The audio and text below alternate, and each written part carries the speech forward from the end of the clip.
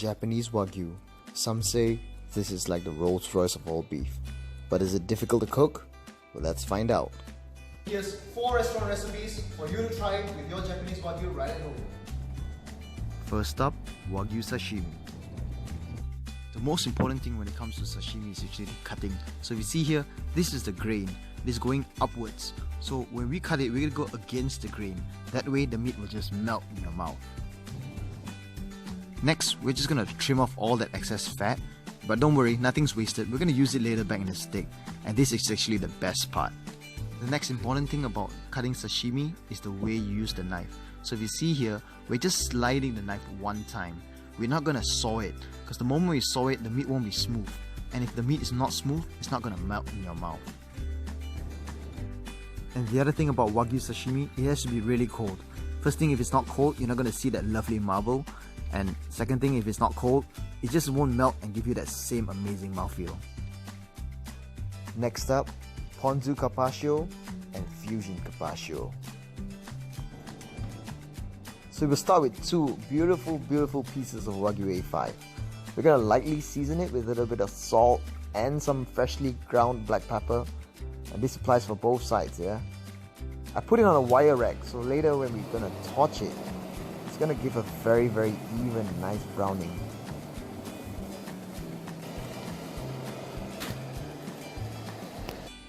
This is going to take about 15 to 20 seconds on each side, depending of course on how big the piece is.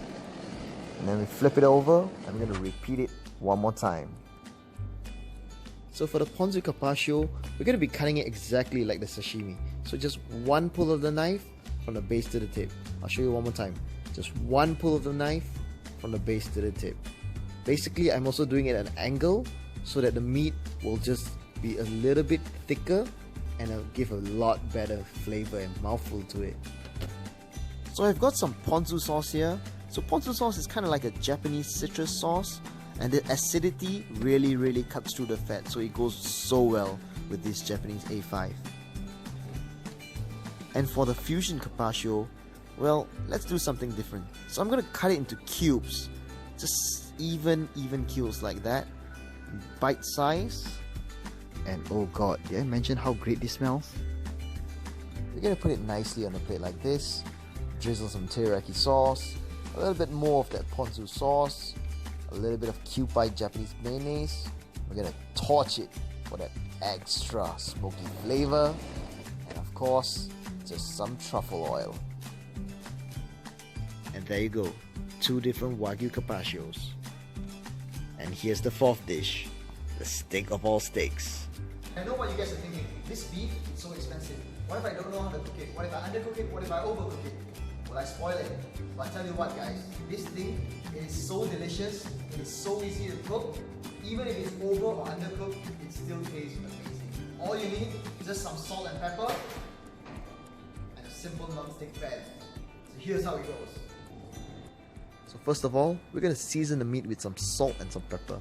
Go easy on the salt because this meat is already so flavorful. Here's a pro tip. Season the plate and roll the meat around the plate for even seasoning. Make sure you've got a good exhaust system. If not, you probably want to cook this outside because this can get really smoky. But thank God I have this awesome Maida stove. So how do you know if a pan is hot enough? Here's a trick. Put in a little bit of water. If the water is really like just dancing and floating in there, then you know this pan, it is hot and good to go. So let's get rid of that water, because if the steak goes in with that water, it's gonna explode. So we'll be using a wooden spatula over here. Any other hard spatula will do as well, because basically as you can see here, we're just going to be pressing and applying quite a lot of pressure on the steaks so that we get a very even sear. I don't recommend doing this with other steaks, but believe me, with Japanese Wagyu, you want to get that amazing umami crust. And yeah, I didn't put any oil on the pan as well, because basically all the oil is getting rendered out of the beef, especially when you're pressing it down like that. Oh man, the smell is amazing. So it took about 30 to 40 seconds on each side. And now we're just going to char the edges as well and render all the fat on the cap on top as well. I'm just going to char it a little bit more here. We're going to rest it for about 3 minutes before we cut it. Oh, the smell is just insane. And after the longest 3 minutes of my life, oh god, just look at that amazing color. It feels so satisfying to cut. Oh, This is the Rolls Royce of all beef. Oh, remember those trimmings? Yep, those are just droplets of heaven. And then you have it. 4 really simple Japanese Wagyu A5 recipes that you can try at home. Sashimi, Ponzu Cappacio, Fusion Cappacio, and the steak. So let's dig in. It has to be really cold when you eat this.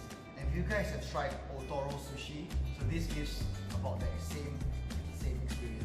Just a little bit of sashimi soy sauce.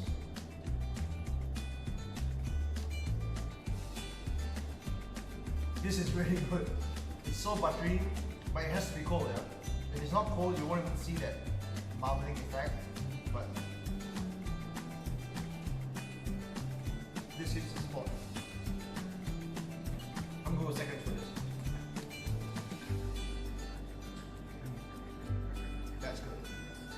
So this Ponzu Cappacio one, the Japanese chef taught me how to do it. He told me the acidity in the yuzu ponzu. You can just buy the discount brand, you can get it any grocer around. So it kind of cuts through all that fat, all that heaviness. So when you eat it, it kind of melts in your mouth better, and it doesn't give you that like very heavy, very like overpowering aftertaste. It just makes you feel like you don't have anything else. Yeah, that really gives a flavor. But if you feel the ponzu sauce a little too sharp and acidic for you, what the Japanese do is they actually soak some bonito flakes inside for like a day or two, let it age. See about the bonito flakes, then you pour it. Then it'll be a lot more savory and gives that umami flavor.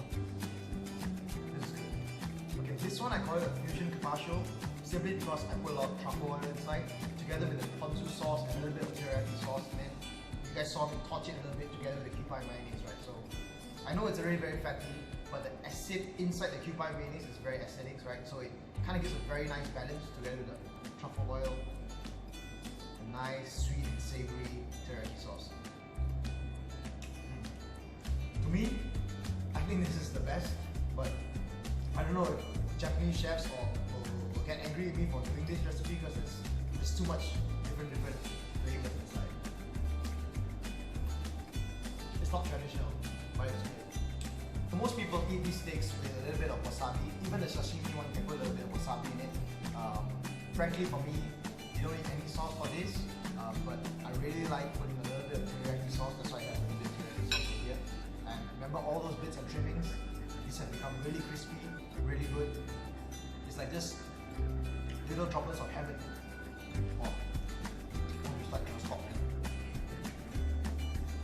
So you can see the perfect doneness. All I did was actually about 30 to 40 seconds on each side, right? And then at the center and the sides as well.